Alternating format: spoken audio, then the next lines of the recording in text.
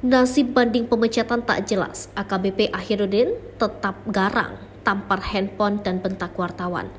Heboh karena membiarkan anaknya melakukan penganiayaan terhadap Ken Admiral Desember silam dan sempat viral pada awal Mei hingga berimbas sanksi PTDH dari Polri. Nasib AKBP Akhirudin Hasibuan kini memasuki babak baru. Berkas AKBP Akhirudin kini sudah diserahkan ke Kejari Medan pada Selasa 27 Juni kemarin.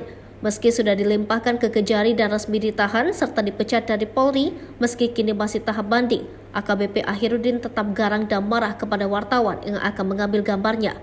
Video berdurasi singkat itu tampak Akhirudin yang mengenakan rompi tahanan menampar tangan seorang wartawan. "Hei kau, ngapain kau?" bentak Akhirudin. Lalu dijawab oleh wartawan, "Wartawan saya pak, menjalankan tugas," ujarnya. Namun tangan wartawan itu ditampar Akhirudin termasuk ponselnya. "Permisi dulu kau," ujarnya di ruang tahap 2 Kejari Medan. Sementara itu Kasih Penkum Kejati Sumut Yos Atarigan mengatakan berkas AKBP Akhirudin sudah dilimpahkan ke Kejari Medan. Berkas sudah diserahkan dan kini dalam proses, ujarnya.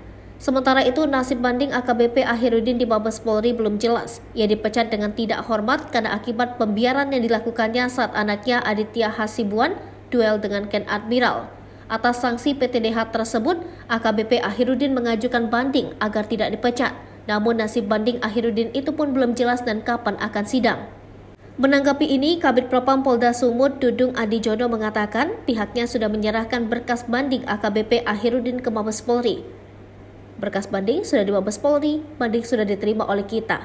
Kita hanya meneruskan ke Propam Mabes Polri," kata Dudung. Namun kapan sidang banding digelar, Dudung belum bisa menjelaskan. "Tergantung Mabes Polri," ujarnya.